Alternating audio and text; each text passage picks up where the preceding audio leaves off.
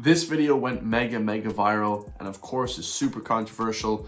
So of course, County Gains had to react to it, guys. This one is called Inside Return to the Land, the group making a whites only community in Arkansas. So before we get into it, guys, I was listening to Tristan Tate and he was saying that Chinese are allowed to have Chinatown in America, Koreatown, Little Haiti, Little Odessa, every other race does this. Why should this guy not be allowed to have a white town? Personally, I wish him luck and see nothing wrong with this. We're about to find out, guys. Like, comment, subscribe, let me know your thoughts. This is a long one again, so let's hear it. Arkansas, in the southern United States. Welcome to Little Rock, where the local time is 4:27. For the last few years, I've been exploring how an ethno-nationalist movement has been organising online. A network that aims to define countries by ethnicity, but which links across borders. And this is the place that one group has chosen to put that into radical, real-world action. You want a white nation? Build a white town. It can be done, and we're doing it. It is an extreme view, but it draws on more familiar arguments. That mass immigration is out of control, that Western societies are in danger of losing their fundamental character as a result. This kind of reminds me of like a cult of some sort, something like that. Would you agree with that?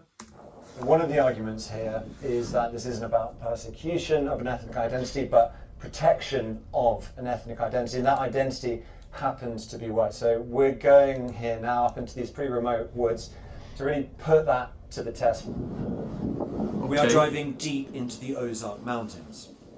The group's leaders are not from Arkansas, and they've chosen these remote parts for a reason. All the locals I spoke to knew only a little about the group, if anything. I don't necessarily agree with it, but that's not my choice. Yeah, but do you think they should have the freedom to do it? That's what they want to do. I think it's kind of a little fishy around here, but just be safe. Huh. The leader of the group is called Eric Orr, and he's invited me to spend a few days with him.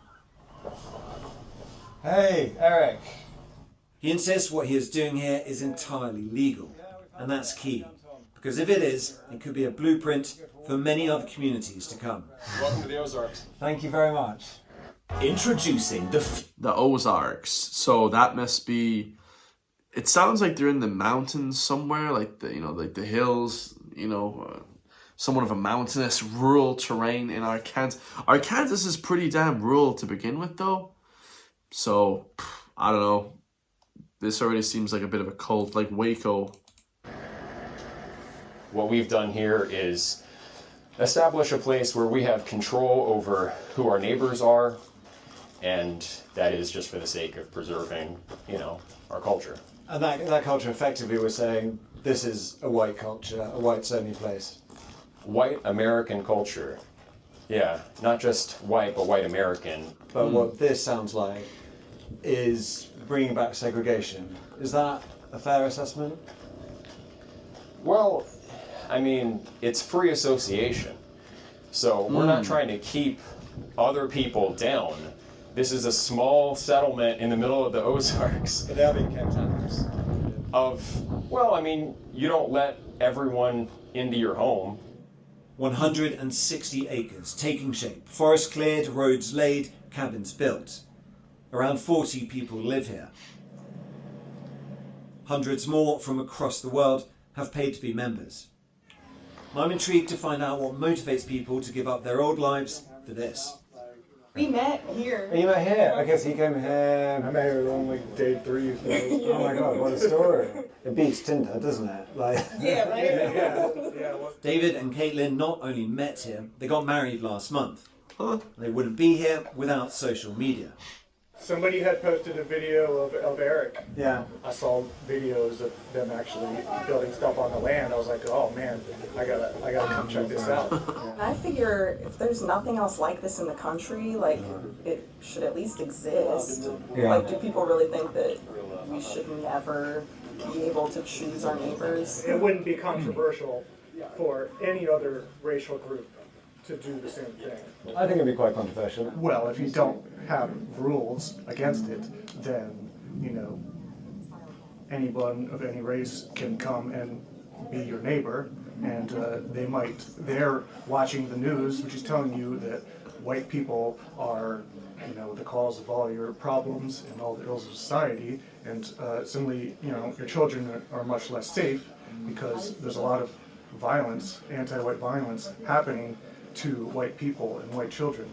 I think that people don't like white people doing it because as soon as white people start doing this, people start to think of like Nazi Germany, 1945. Like, that's what people immediately link this to. You know, every other race can kind of do this, but as soon as white people do it, it's like too powerful. It's like too like, it's like crazy, right? So, specifically motivated by racism against white people. What sort of thing? The heavens are about to... Yeah. I'd like to continue talking, but the rain starts and it comes down hard. The residents shelter in their cabins and night falls. The next morning. This is how the average weekend works at Return to the Land, or RTTL, what they call a work party, made up of residents, but also new recruits who have come to check out the project. It is hot, hard work. To join RTTL, you have to sign up to the Private Members Association, or PMA. And there are strict criteria for membership, as Scott Thomas, a board member and one of the founding fathers here, explains. You have to be a PMA member to live here. Yeah. So you have to be someone of European heritage. The group's logo, based on a Nordic rune, draws on that heritage. It is the PMA that the group believes makes this all legal. Once members have been vetted on ethnicity and other grounds, they can buy shares in the Limited Liability Company, or LLC. Oh. Those shares translate to acres of land that they can build on. Oh, crazy. But the thing about this is like, how do they even find your ethnicity? Supposedly you have to do like a what is it called? An Ancestry.com test. Or like 23andMe, you have to do like a 23andMe test where like you find out, like if you have part like Cherokee Indian or something, you're not allowed in. You know, you have to be like 100% white, like Irish or British or something like that. I feel like this is a bit of a rigmarole. This is like, oh Jesus, you have to find out exactly what ethnicity you are. I've never done an Ancestry.com genetic test, so I don't even know what the hell I am, honestly. Peter Seri is the brains behind the legal side of things. Civil Rights Act is there for a reason, and this is a way around it. Yeah. Do you think you'll survive contact with the legal system, the courts, if it came to that? Hopefully. Do you think it's racist or not? Do you reject that term? Do you embrace it? I don't know about that term. I mean, people use it in a lot of different ways. And I'm sure there's a lot of people on the internet who would call me racist. I don't really know or care whether that term applies to me or not. Maybe. Scott, what do you think? Yeah, I almost don't know what racist means anymore. Like it's No prejudice towards someone who's from a different ethnicity. Well, actually, the modern definition of racism, according to critical race theory, all white people are racist automatically.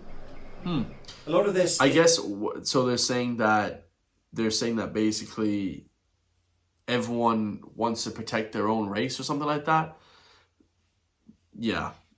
Reaction to left-wing identity politics, critical race theory, and movements like Black Lives Matter. And fundamentally, this is identity politics, but white identity politics.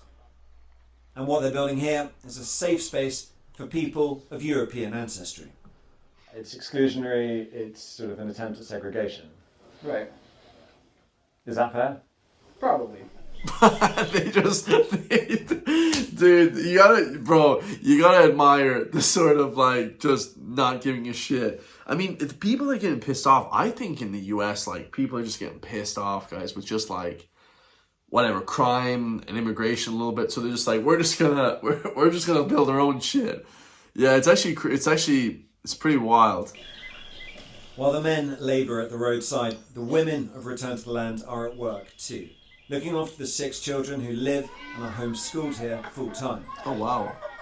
And they're preparing food for the weekly community dinner. The theme tonight, colonial. I know, dinner's really important. I like feeding people, so I didn't want to put this off any longer than I already had. Back in the day, when we first got the land here, there were only about 5 guys. I was living 40 minutes from here, and Jennifer was the first, family to be on the road full time. So we started community dinners back then, and it'd be pretty relaxed because there weren't many people. But it is nice. It's slowly growing. So They've come here to live for a variety of reasons, but their dedication to the mission is absolute. My name's Nikki, N-I-K-I, I'm 32. Cool. I'm a lady. My name's Allison, A-L-I-S-O-N, I'm 29. Right. and Caitlin, C-A-I-T-L-I-N, I'm 31. I think people just have a large misunderstanding of what's happening here. Yeah? Yeah. What's the biggest misunderstanding? Well... That we hate everyone else. The interviewer and like most people in the world would be shocked to find out that there are some women that are more like right-leaning than the status quo. Because the status quo of women in the world, this is why this Sky News presenter is interviewing these women. Because the status quo of women in the world, like 90% of them are liberal, left-leaning, communist, Marxist. You know, plain and simple. Yeah, it's not about that. Yeah, it's a loving movement. I mean, on that aspect of it being loving, I suppose the counter-argument would be, you can be a very loving community if you're part of the community, but if you're black, if you're Jewish, or if you're gay, you can't be part of that community. They can have their own communities, and they already do, and I think that's great for them. If other people are allowed to do it, I don't really see why whites aren't allowed to do it. It doesn't make any sense. But the goal is to have lots of... I mean, she spoke pretty well there. Like, she said that other people do have their own community. I don't really just see the big deal. I feel like this isn't gonna like evolve into like Nazi Germany. You know, I feel like those days are kind of over. You know, people are just like, you know, more ethnically tribal now, you know, in some places. So... these communities, and for it maybe not to be rural, for there to be cities on the same basis, right? Yeah, that would be neat. I look forward to seeing how this movement grows over time. There are other ways to increase numbers. Nikki, Caitlin and Alison all met their partners at the community. And RTTL is explicit about this. It has an online fundraiser to give cash rewards to parents of newborns as a means to incentivise population growth. Just before we arrived, they had donated $1,000 to a family for having their 6th child. They're growing. Watch out. I don't know, man. I just think people are frightened of like this kind of wrong stuff. I just really don't think this is that even big of a deal. But it's gone so ultra mega viral that I actually had to do a reaction to it. But it is kind of funny that the women are so brash about it. They're saying, well, other people have their own community. We can have our own community kind of thing. So... as well, to sort of have big families to make the community bigger. Is there a sort of pressure there? I don't think so. I don't feel particularly myself, I don't feel any pressure to like have a big family. I think there's a kind of expectation here that you don't want to as part of helping grow this thing that you're going to have kids. There's dinner, the goats. There's not a lot to show around here. I basically just have the whole pasture area. Peter is unattached. This is his homestead. He's been on a journey. He told me he used to be a liberal, a hippie even. The knife is a tool. Wow. It has to be very sharp in order to cut properly. He founded a commune in Ecuador, an intentional community based not on ethnicity, but veganism. Whoa. So this is your lot? Yeah. He's also immersed in internet culture. Someone who delights in provoking reactions. A troll. Wait, hold on a second. So this guy used to be a hippie vegan, and now he's a troll on the internet? On the group chat on the messaging app Telegram, he's posted the numbers 1488. The 14 refers to the 14 words, a white supremacist slogan. And H is the 8th letter of the alphabet. So 88 means HH, which means Heil Hitler. Oh, yeah. Because you put that in the Telegram, for instance. What does that mean when you place that in Telegram 1488? Well, I use it as kind of like a funny comment throwback. As part of that... It's a throwback. Dude, this is just... I think that people are getting obsessed with the internet culture becoming real life, and it's really not, guys. It's just troll culture. It's just bullshit, right? Nazi discussion. Another frequent topic on the online chat is the Holocaust. Usually minimised, sometimes even mocked. But the Holocaust, stands as a unique crime in the history of Well, that's your humanity. opinion. I think the Holodomor was much worse than the Holocaust. That's my opinion. He said that that's like the Bolshevik revolutions, the Holodomor, which is like the I don't know what the Holodomor is, but I think he's saying that the Bolshevik revolutions where 30 million Christians were killed, that's a bigger travesty, okay? I mean, we're allowed to have opinions. Yeah, well, we can say they're both bad. The Holocaust was bad. But do you know anything about the Holodomor? Yeah, in Ukraine, right. The famine, I know. Holodomor, yeah, in Ukraine, yeah, I think that's the Bolshevik. That's like the different attack on Christians where there was 30 million people killed, I believe. A little bit about it. I could be wrong. Chat, tell me down below if I'm wrong about that. And I know it was awful too, and right. deliberate, but we can also agree the Holocaust is bad. Well, we don't have to say that one was objectively worse than the other. I'm not saying that. I'm saying, like, what is the Holocaust a bad thing? So basically all I'm saying is that I don't really see it as concerning that people are talking about Hitler when it's acceptable, it's publicly, socially acceptable in the United States for leftists to support German Mao. It's quite difficult to agree on even the very band. That's kind of crazy. So he says that it's publicly acceptable for liberals and left-wing people to agree with General Mao. I mean, dude, it's crazy. I mean, obviously, guys, yeah, like, the Holocaust was horrendous. And nobody would say otherwise, but he's basically, like, they're trying to compare the two sort of travesties in the world, you know what I mean? And there's many others, guys, the gulags, Stalin and this kind of thing, 20 million people died. So there is that kind of whole, there's a lot of travesties, right? Minimum here. It's just interesting, so when we're coming to talking about the Holocaust, it's always about something else. And I think most people would agree the Holocaust was a bad thing. Right. But you're not willing to agree with that. What, do you want to talk about the whole... I mean, it seems like an interesting subject, but... It is an interesting subject, but I also think that was a bad thing, but I think the Holocaust was a bad thing too. Right. Yeah. Well, definitely was. I mean, they're all horrendous, guys. Nobody should be killed or anything. That's terrible. Well, I'm asking you, do you think the Holocaust was bad? Yeah. Yeah, I think the Holocaust was bad. RTTL is based on exclusion, but that also means building community for those allowed inside. This isn't just for our camera's benefit, to present a veneer of clean, healthy living. It's central to the project. Like many far-right movements before them, RTTL's mission is to show that by excluding others, they can live purer, more natural lives. When he says this is a far-right movement, I would take issue with that labeling because, you could be left-wing but still also be just, like, ethnically only for white people. Because from my experience, most of my friends, that are from Africa or Asia or whatever, South Asia, Indian, Middle Eastern, they're very right-wing guys. Like, they just are. They're not liberal whatsoever. These countries in Africa and Asia and South Asia, they're very right-wing countries. So to say that it's a bit disingenuous because, to be on the left doesn't mean that you're automatically for inclusion. Okay, you can actually be a white supremacist and be liberal and left-leaning.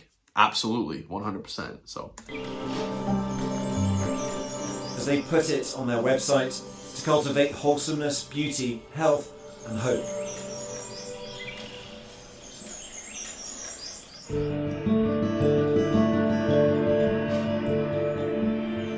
Let's talk about hope. As much as RTTL might like, they do not exist in a separate world.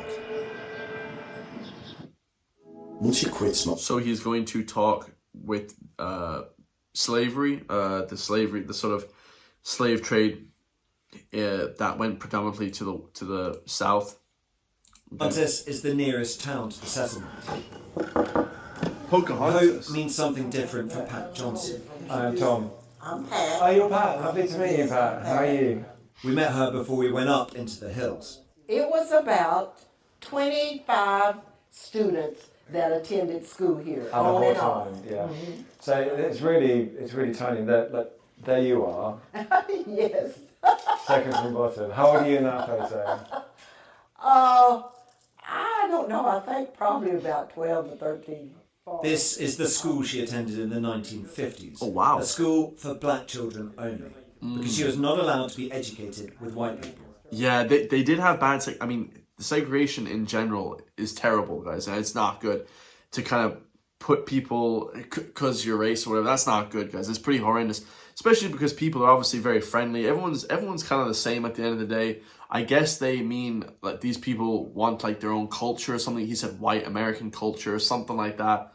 Unlike the members of Return to the Land, she is Arkansas born and bred.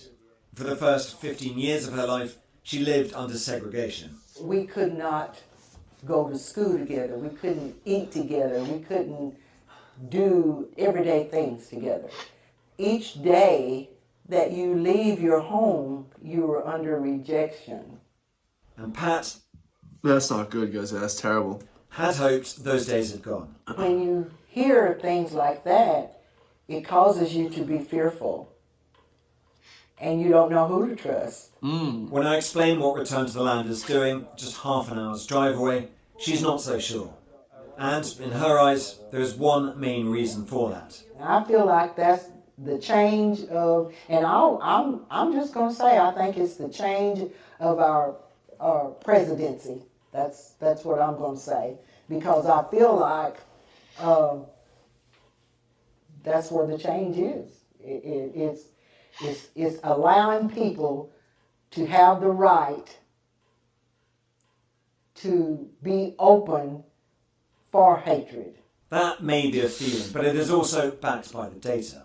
These are all the white supremacist incidents, demonstrations, leafleting, recruitment drives, meetups over the last 4 years in the US, tracked by Acolytes, an organisation that monitors violent conflict and protest.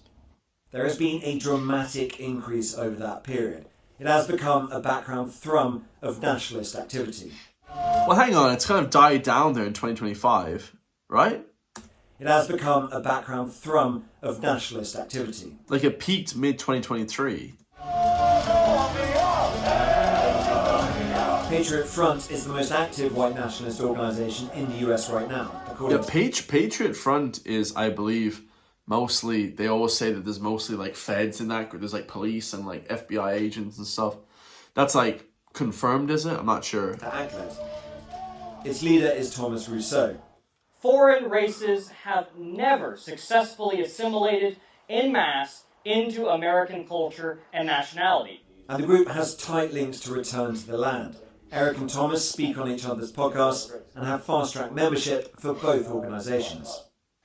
It's weird because I always looked at America like as a melting pot to begin with. Like their foundation of the state was like black and white culture.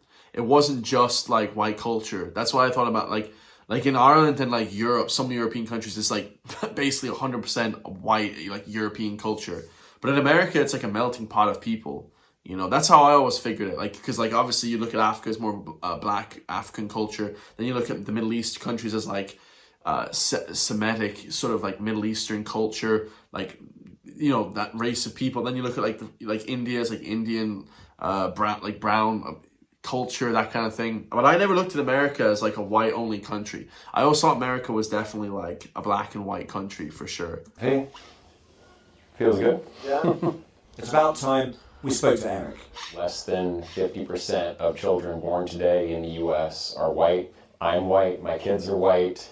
There is something to your background that informs who you are, your sense. So I can't even take this serious. This is kind of like a bit of a troll. Like I feel like this is like a lot of white people just getting mad because of certain things like that have happened to them, maybe. But you know, people are allowed to do what they want, I suppose. Identity, and we don't want that sense of identity being taken away from us involuntarily. So we're taking control of that situation and creating an environment where my kids can celebrate their identity and not have it, threatened from outside, I guess. But why is that threatening you? Why is that an issue that you've had to address? There will always be white people. Well, feeling a little nervous now. I feel like, yeah, like the guys that running this feel as bad or nervous. He should just speak freely. I would just be like, dude, just speak freely. Say what you want to say.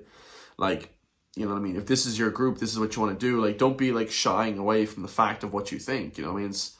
I want to hear crazy people or whatever, you know, outside people. I want to hear what they think. You know, I want to hear like crazy ideas or more right-leaning, or we want to hear these ideas. But now it's like, it almost feels like Sky News is like making these people not allowed to say what they think or something like that. Yeah.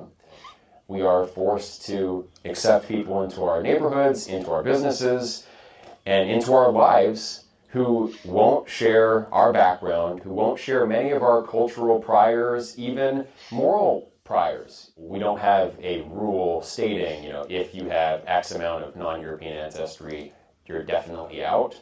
In many cases, yeah, that would disqualify someone. Were I to apply for PMA, my views were different. I'd probably be allowed in. Do you think that's likely? I know it's a case-by-case basis, but just off the top of your head. Yeah, possibly we would accept you in the PMA. I don't understand white American culture, but you'd rather have me in that case. I just wonder, though, whether some people watching this, having heard all this intellectualizing, this rhetoric, would say, fine, but actually at heart, this is just, you know, it is just prejudice, it is just bigotry, it is just lowest common denominator racism dressed up in these arguments. And I would just question the moral frame. Why is it wrong to identify with your own people, want an integrated culture where you can be yourself? Just to boil it down to... Yeah, like, I remember listening to, like, Sneeko and, like, all these different online guys, you know, and they're always, like, and Fresh and Fit, like, they're always saying, like, basically every other race of people do this, but then when white people do it, it's just, like, it's just crazy. Which kind of is true a little bit, I guess. Like, I don't know what I wouldn't personally join, you know, just a whites-only group. You know what I mean? I just feel like it's just a little bit, like, far out there. But, you know, if you want to do some shit like that, guys, you know, I mean, I don't really give a shit, guys, to be honest with you, you know? What for you is the definition of racism? Here we go. When I was a kid, I suppose I interpreted racism to be judging someone solely on the basis of their race. And is that a good or bad thing? I think this basic moral consensus treats it as automatically a bad thing without a lot of reflection. He should have let him keep talking there. Why did it cut away right there? This is my last day here, and before I go, I want to speak to John. Not a leader like Eric or Pete or Scott, but an acolyte, a young one and newly arrived. He's only been here a month. So I'm trying to knock off some of this more good topsoil, give it some more... We'd seen him when we first came up. He guided us in on his bicycle. It's just you have a community where you feel like you belong here. You have people you can talk to, and I can't explain it. It's too beautiful. It's nice. He'd been working on Scott's new house over the weekend. In return for his labour, he gets cheap rent. Huh. Or farce. Yeah, I mean, it's so different than anything you've ever seen. Like, obviously, there's, like, Chinese neighborhoods, there's black neighborhoods, there's, like, what did he say? Little Odessa, which is, like, Italian, Koreatown, which is, like, Korean. But you never see, like, a white-only sort of area. Especially in the U.S., actually, because I always looked at the U.S. as being really not racist at all, but... Dropped out of college, and he's worked jobs all over the United States. He's 26, younger than the leaders who are all in their 30s. If they are the recruiters, he is the perfect recruit. For John, the primary motivation was financial. Oh. To me, it's economical. It's an economic decision, right? And, you know, everything else just kind of falls in line. Yeah. But the main thing to me is cheap land, everything else is a bonus. You've got 2 levels here. Yep. Got a loft up top, and this is the main area. It's a living area down here, so it's quite comfy, right? It is quite comfy. As for excluding people, I don't see it that way. We're trying to embrace our culture and our heritage. It's been denigrated, if you ask me. We've turned into a melting pot of a country for a long time now. There is one last thing before I go. A concert put on in honour of our visit. This first piece that Peter and I are performing, it's called The Virginia Colonies by Fred Cooper. The English governor returned to take his place. Eric himself takes the stage. This is a Baroque flute, also known as the German flute or the penny whistle. It was a very popular instrument in colonial America. It's not easy to look tough with a flute, even if it's German. But the audience is rapt. This is absolutely hilarious.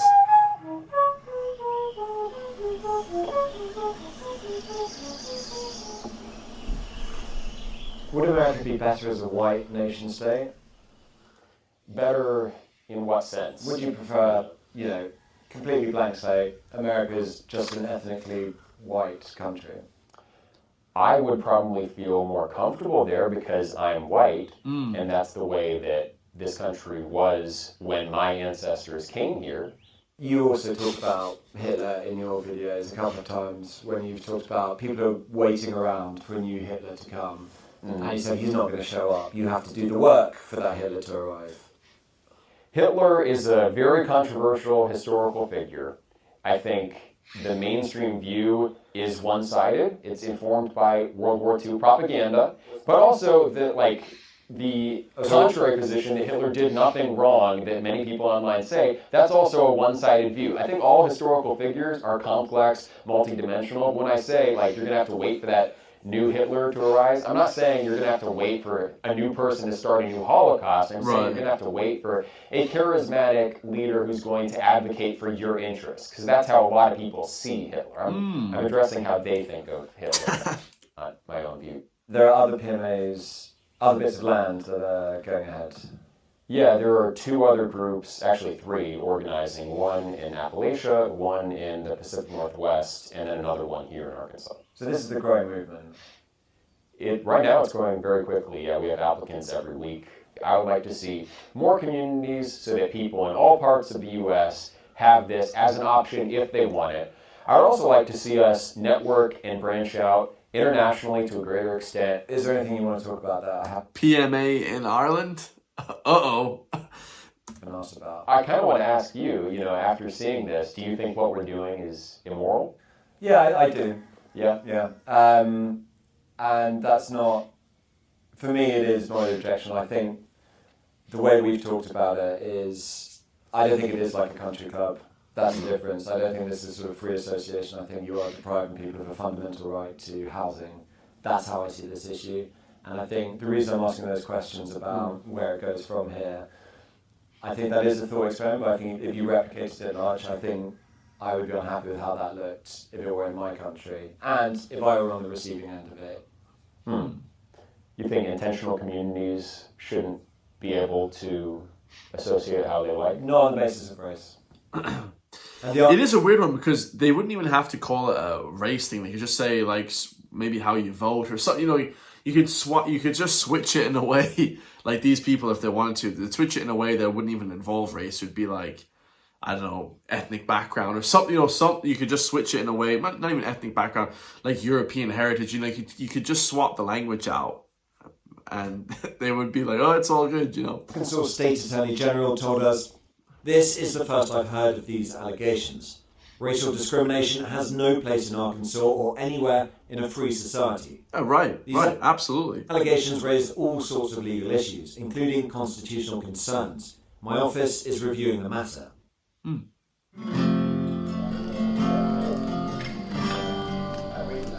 This is how members of Return to the Land often spend their evenings, around the campfire. It's not especially kumbaya when it's about keeping other races out.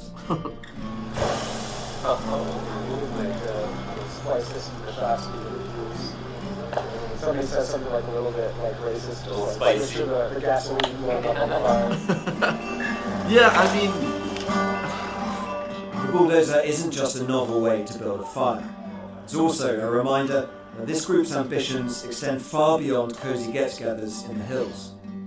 I think Scott's bringing wood over. The conditions and materials for that to happen, the politics and the technology, have been on hand for some time now. And once set alight, Who knows how fiercely it will burn, and who the flames will touch. Oh God. Okay, Sky News. That was a funny one. I actually don't take stuff like that too serious because people think it's going to blow up into this whole thing. I don't know if it's going to really blow up into anything, to be honest, guys. But yeah, let me know your thoughts about that one. I think I gave most of my opinions throughout the video.